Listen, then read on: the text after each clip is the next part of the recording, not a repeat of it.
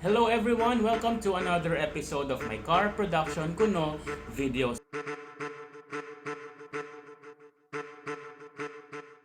Well, this episode will be somewhat different from my previous videos since for today we're gonna be unboxing my newly purchased V8 sound card.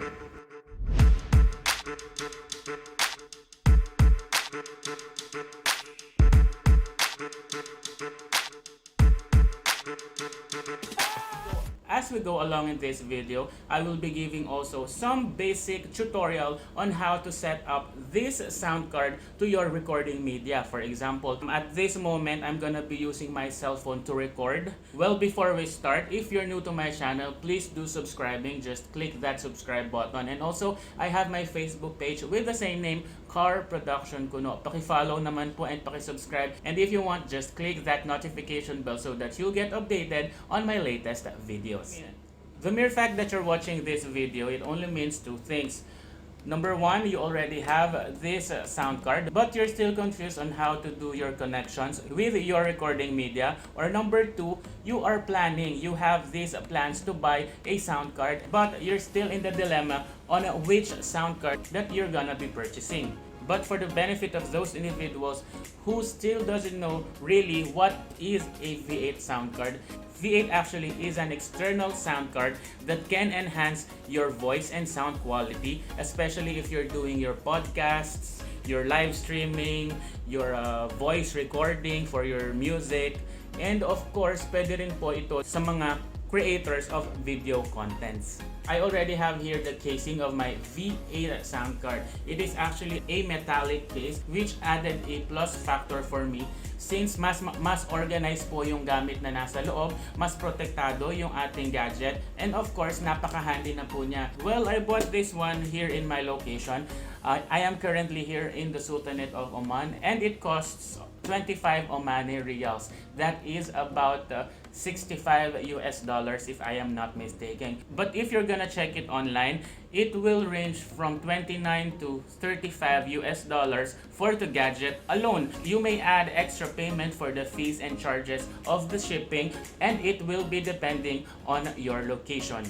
So now we're ready to open and unbox this casing, and let's see what is included inside this bundle that I bought. Ayan, guys, if you can see, meron siyang cushion, meron siyang foam everywhere which serves as protection, as cushion doon sa ating sound card. In the box, you'll get of course your sound card. Ito po yun. Ito po yun, guys, yung ating V8 sound card. Here you can see lots of buttons and knobs, and also dito sa may bandang top portion yung ating mga connections. This is the sound card itself. Along with this, you'll get a free microphone. Ito po yung free microphone niya. And of course, if we have a microphone, we also need a microphone stand and a microphone holder. Kasama po yan doon sa bundle na binili ko. And this bundle is really generous since they also added this free headset. Actually, mahaba siya, kaya okay na okay yung nabili ko. Mahabang wire ng headset. Plus, of course, hindi po mawawala yung ating mga wires. This big wire is for the microphone. And of course, these connectors, one is mainly for charging, and these two connectors are basically for your future use if ever you're gonna be doing your recording already. Bale, may libre po siyang dalawang connectors. That's basically what's inside this bundle of V8 live sound card that I bought here in the Sultanate of Oman. So now that we already know all of the things that's included inside, we're now going to focus on the sound card itself. Ito po yun, guys, yung ating sound card. At first glance, it may seem like it's complicated to deal with, but mind you guys, napakadali lang pong gamitin nitong V8 na ito. Huwag po kayong magpapadala dyan sa mga buttons, sa mga knobs, and sa mga connections. We will discuss each and every buttons, each and every knobs, every connections mamaya as we go along with this video. Well, if you can see, ito po yung ating glass button. This is the switch button. In this area, you will be able to turn on or turn off your device. And beside this one are these two big knobs, which are basically mainly for the mic itself. This portion is for the mic volume, while this portion is for the echo level. Below these are these 5 small knobs which has different functions. These first 2 knobs are for the treble and the bass function. You can just adjust accordingly depending on what quality you want for your recording. After this treble and bass, we have this record. Ito po yung nagtitimpla kung gaano kalakas or gaano kahina yung gusto ninyong mai-record. So kung gusto ninyong mababa, syempre babawasan ninyo. Kung gusto ninyong malakas, tataasan po ninyo yung level. After that one, the music knob or the accompany music knob. Well, basically, this regulates your accompany or your background music. For example, if you're doing your live stream or your podcasts or your DJing, of course, kailangan po natin ng mga background music para mas maging lively yung ating program. Ito po, pwede po natin i-adjust, pwede natin hinaan yung background music, or pwede na nating laksan pagkatapos natin magsalita. And lastly, this one is mainly for your monitor. You can attach your headset, your earphone, or your external speakers dito sa V8 na ito, and this knob will control kung gaano kalakas or kung gaano kahina yung gusto ninyong marinig sa inyong monitor. Below these knobs are these 3 columns of buttons. The first column, in which you can see it's all red, these are basically mainly for your voice effects. And below this red column are those black buttons, which is mainly for the sound effects. Mamaya-maya, pag na-set up na natin ito, iisa-isahin po natin iyang mga buttons and knobs na iyan. Okay? But before that, I would just like to focus on this portion of the sound card. Ito po yung importanteng part kasi dito po natin i-connect yung ating mga wires and yung ating devices na gagamitin para sa ating recording.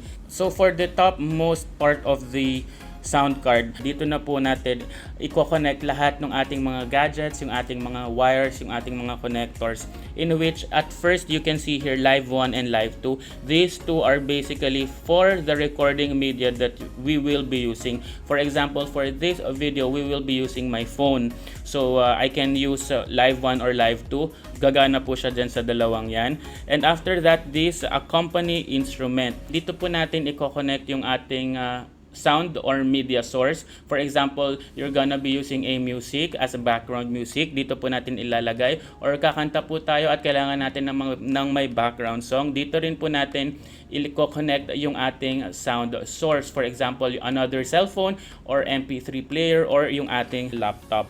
After the accompany instrument port, is the charging port. Dito po natin i-connecta kapag gusto po nating i-charge yung ating device. Isa pa nga po pala, itong V8 sound card na ito is rechargeable. So kahit hindi po siya nakasaksak, gagana po siya as long as meron pong charge yung ating device.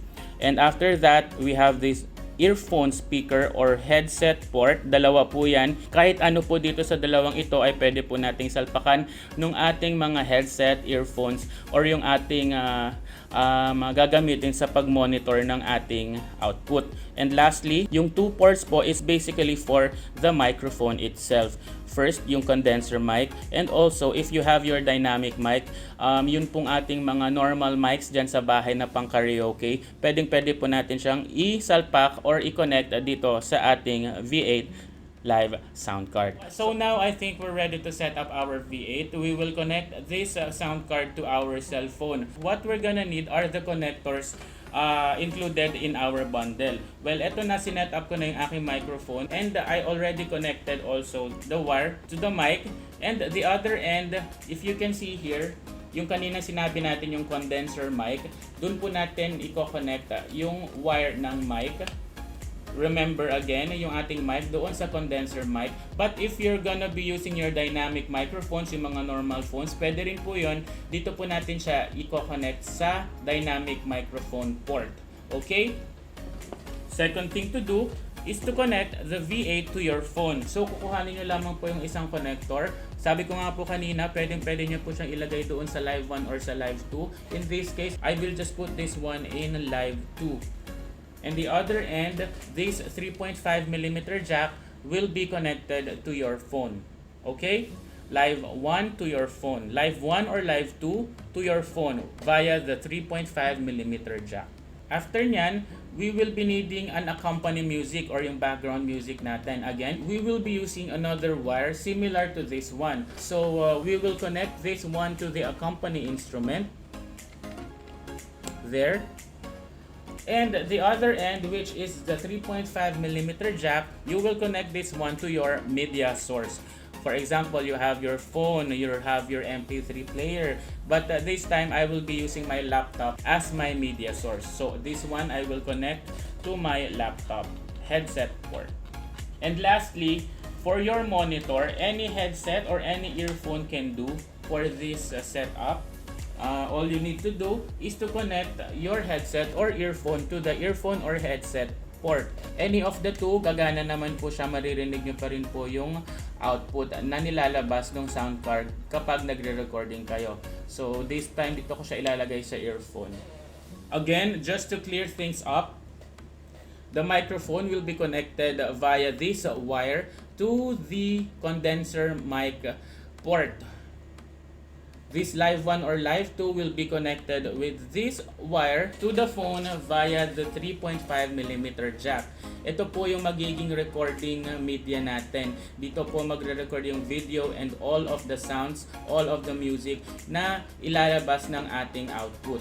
Susunod po yung ating accompany or background music or yung ating media source. Ko-connect po natin via this wire to our media source. This time nakakonekta na po siya dito sa aking laptop via the 3.5mm jack as well. And lastly, for your monitor, any headphone, any earphone that you have in your house, you can just connect it to the earphone or headset port. Okay guys, by this time I think you noticed already the change on the quality of my voice since I am now using this mic via the V8 sound card. At this time, I would just like to clarify things to you about these buttons and these knobs na pwede ninyong gamitin in your sound card. Again, ito pong clear button na ito is your switch button. Press it for 3 seconds and it will turn on or it will turn off. Beside this one are these two big buttons. First one is for the mic level. If you want to, gusto nyo malakas, ayan, ganyan kalakas, pwede po. Or gusto nyo naman hinaan, ganito po kahina, pwede po yan. But for the sake of our video, medyo itataas ko lamang po ng konti.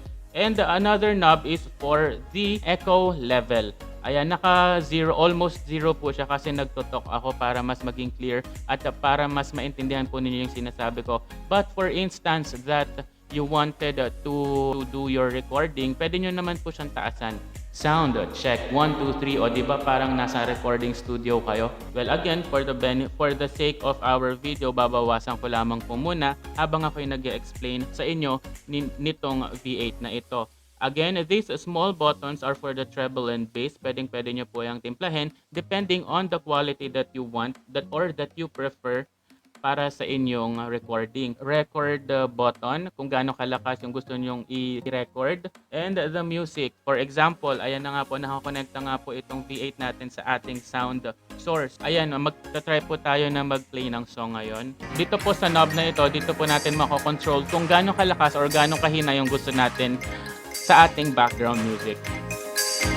Minsan, ang sabi niya sa akin, sandali na lang.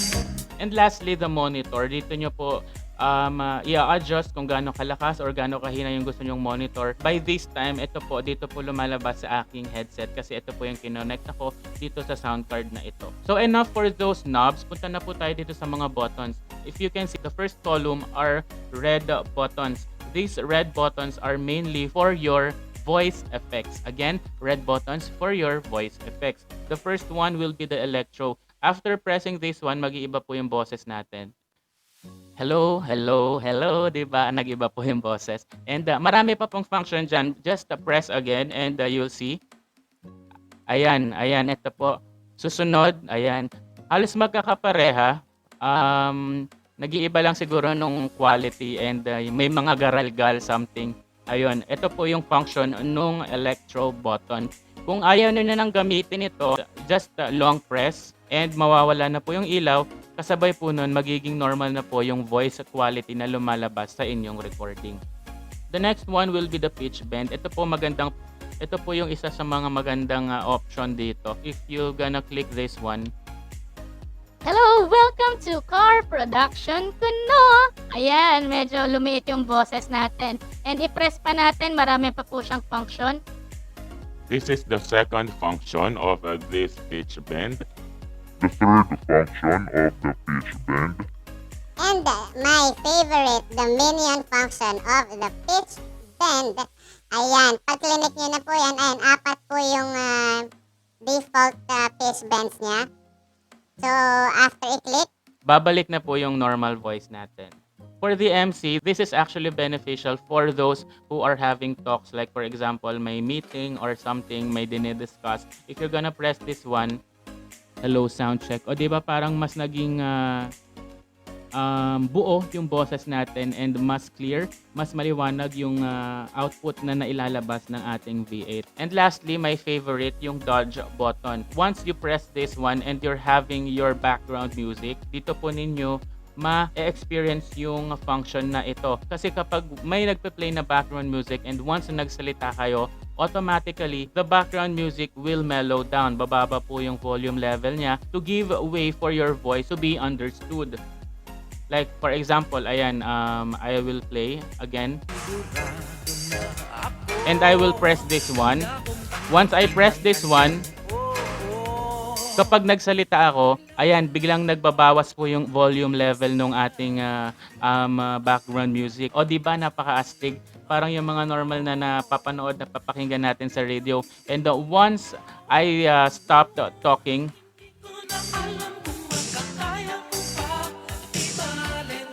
ayan, voice sensitive po itong dodge na ito. Once you start talking, medyo magme-mellow down yung sound niya. And kapag tumigil naman po kayo,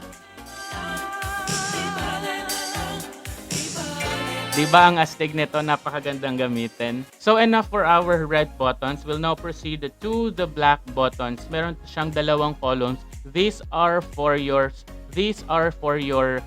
video. These are for your sound effects. Marami po siyang mga sound effects, like for example, you want to cheer. Ayan. You want to laugh. May clap. May kiss. And also meron siyang mga default na songs. Ito po yung una.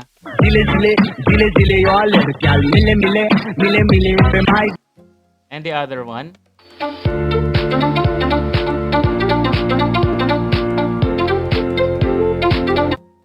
Well, that's basically the functions of all of the knobs and all of the buttons na makikita ninyo sa inyong V8. I think it's time for us to try some recording. We'll try this one with our video, okay? And let's see kung ayos ba talaga, kung astig ba talaga yung magiging sound quality ng ating recording once na gumamit tayo ng V8. Let's start with this song from The Calling. This is Wherever You Will Go.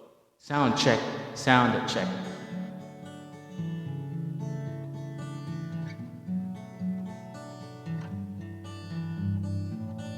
So lately, been wondering who will be there to take my place when I'm gone. You need love to light the shadows on your face. O diba, parang ang recording na talaga yung recording studio setup na talaga tayo with this simple sound card. Napakaganda ng quality ng voice, napakagandang quality ng sound, and napakadaling gamitin. This is basically how you set up your V8 sound card recording media by this time yung ating cellphone. Well, I think that's it for our video for today. Thank you very much for watching, and I hope na may natutunan po kayo sa atin. Maraming salamat po, and see you again next time on my CARproductionkuno videos. Bye! If I prove, then